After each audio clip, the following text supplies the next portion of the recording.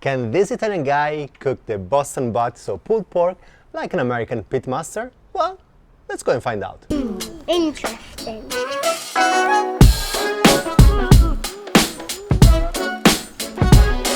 To make pulled pork, you need the Boston butt, which, contrary to popular belief, is not the pig's bum, but it's the shoulder. It's great because it's got the bone here, which we all know bone adds extra flavor. It's got a lot of fat, connective tissues, and this thing, when it's low cooked, is gonna render down, become super stringy and absolutely delicious. So this one came with a little bit of skin, which we're gonna be taking this off, cooking it on the side, maybe do some nice crackling. So we just take a paring knife. So we wanna keep the fat cap here, and we are just gonna be slicing off the skin. And the reason why we're taking the skin off is because when you're cooking it low and slow, the skin is not going to crisp up. In fact, it's going to become all like mushy, so you're not going to end up eating it, and it's such a waste because it's absolutely delicious. Skin is off. So with this leftover fat, we're just going to crisscross over it. Yeah. This one, to be honest, it's quite lean. We're going to start off making our rub. A rub, because pulled pork, the rub is everything. So, equal portion brown sugar and salt.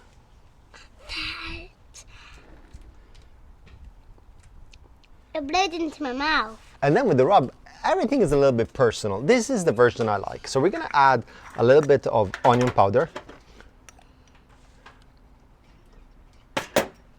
Yeah. Yeah, you're not gonna like this one, I don't think. Smoked paprika. Smoke. A little bit of mustard.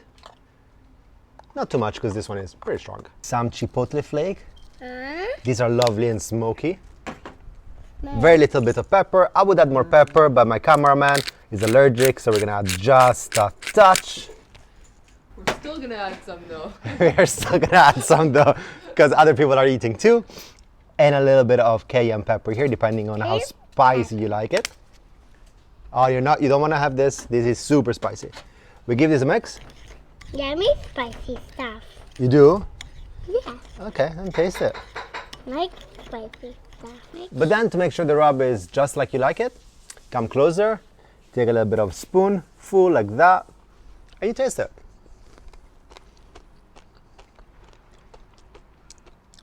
It needs a little bit of heat, so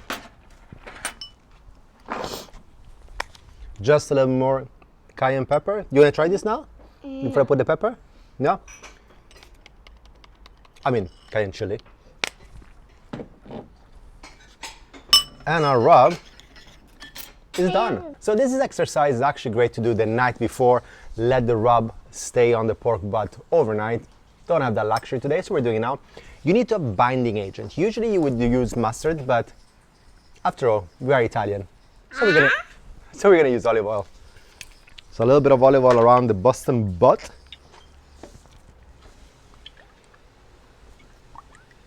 And this Italian olive oil is so good, it's actually gonna add a ton of flavor as well to the meat. Give it a nice massage.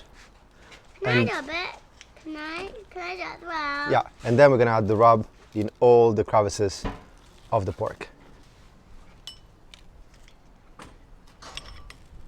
And then we're gonna massage it in, make sure every bit of the pork has got some rub on it. So on these cuts we made, just put it in. So you have to massage the butt, is what you're saying.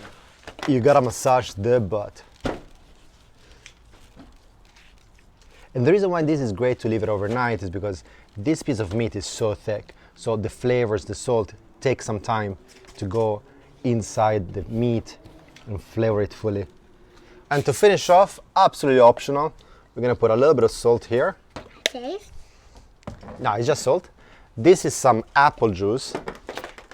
Can I drink? Yes, you can drink the apple juice afterwards.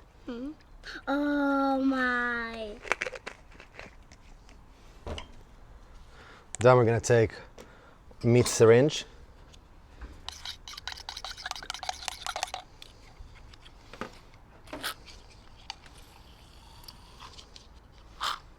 And we're gonna add this extra moisture inside the meat.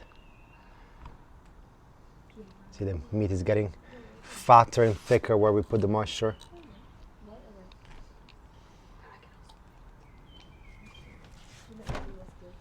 And this is gonna help to make sure that it's gonna be nice and stringy as we cook it. Just extra liquid just to help out. We're gonna be cooking indirect on the Weber Kettle, and we're gonna smoke it, of course. I mean, we're trying to compete against the American pit masters. So we're gonna do an indirect cook. So I filled up the chimney just halfway. I'm gonna put it on one side.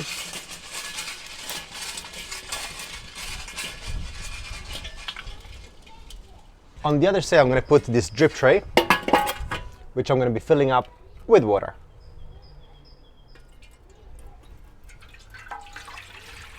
So this is the setup when you do low and slow. You want to keep a temperature about 130 to 140 degrees Celsius inside the dome. You put the drip tray with a lot of water for two reasons. First of all, it steams, it creates steam, so it makes sure that your meat remains moist, and also helps to stabilize the temperature across the whole dome of the kettle. So this, we're going to close it. The air vent, we're going to put it opposite direction from the cold, so that the hot air comes here, goes over the dome, comes out, and then, well, cooks our butt. So we're gonna wait until this gets to 130, and then the butt goes in. And as the barbecue gets to temperature, we get to prepare the base of what is gonna be our gravy.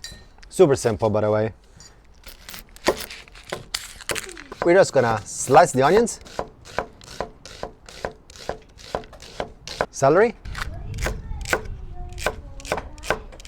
This, they got the bottom of our tray. The butt, fat side up.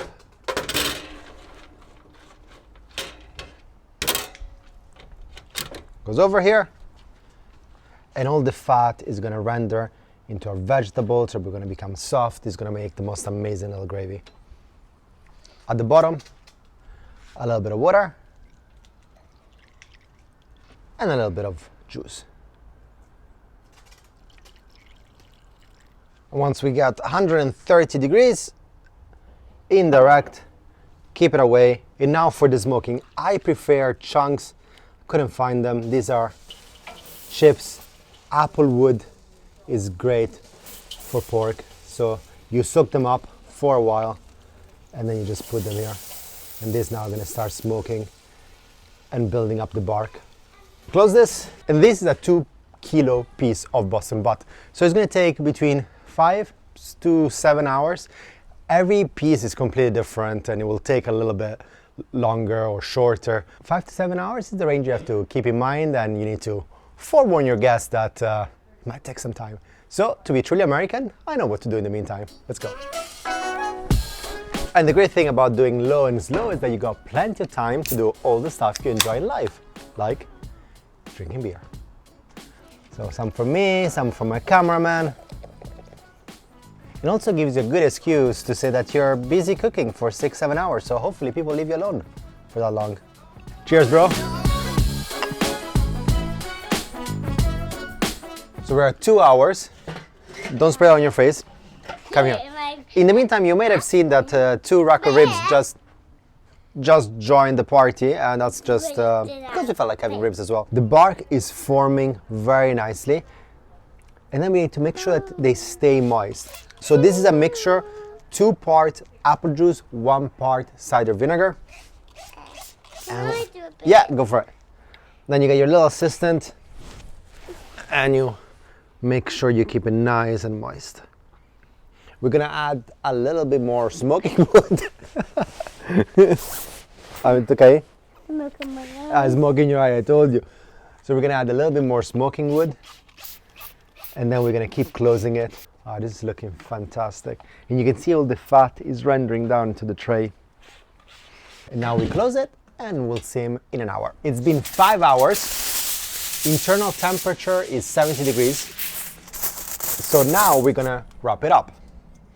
Crisscross strategy, as usual. We get things prepared. Of course, if you got butcher paper, that's a great addition. I couldn't find it today. The bark is absolutely fantastic. This is looking great. Ignore the chicken, that's for the kids. So we're gonna take the whole tray with us, and I'm gonna wrap it with the tray because I want all this juice here. Come and look, come and have a look. All this juice, I still want the flavor from it.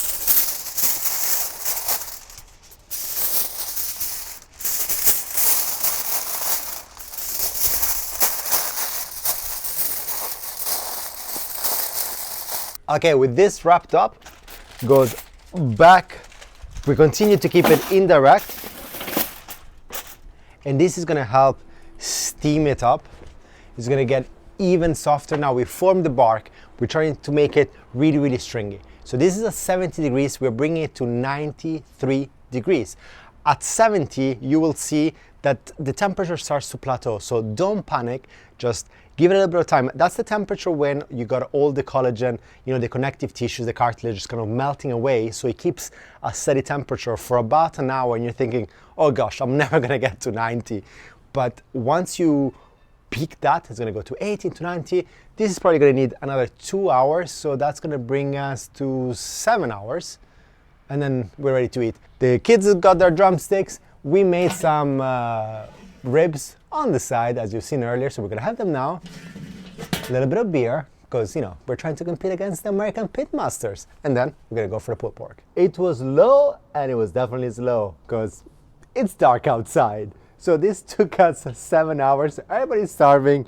It's nearly 10 o'clock.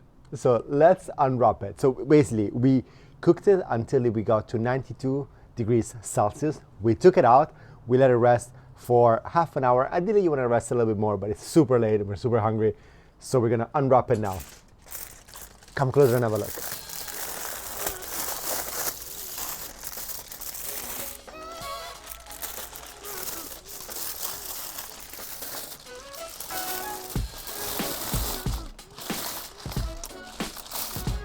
I'm liking what I'm seeing. See, like the bone here, it's coming out. Look at that. It's quite warm. When the bone is coming out nice and clean like this, it means we're doing a pretty good job. Take the fork. I mean, ideally we go with our hands, but this is still smoking. And we just break it apart, pulling away. And this darker red here, that's the smoke ring. Open it up here in the gravy. And here you can eat it loads of different ways. We're gonna make sliders with it. So these are buns, slightly toasted with some butter. We're gonna put some of our coleslaw, which we made earlier. This is cabbage, carrot. And we put it with some mayo, some cider vinegar, mustard, lemon juice, salt. Let it rest for a few hours, and then it starts oozing with this goodness. And then we take the meat and pile it up over these sliders.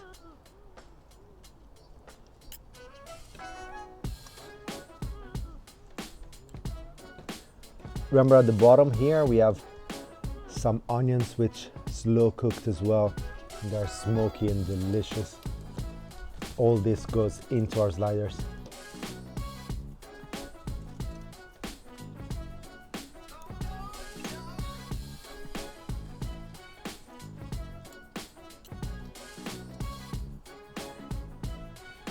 And once they're nicely pocked, put our little hats on.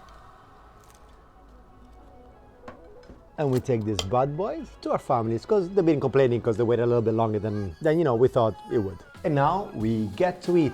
And with this low and, when the low is low, the eating is so nice because you've worked so hard for it. So let's go for it. So good. Oh my God.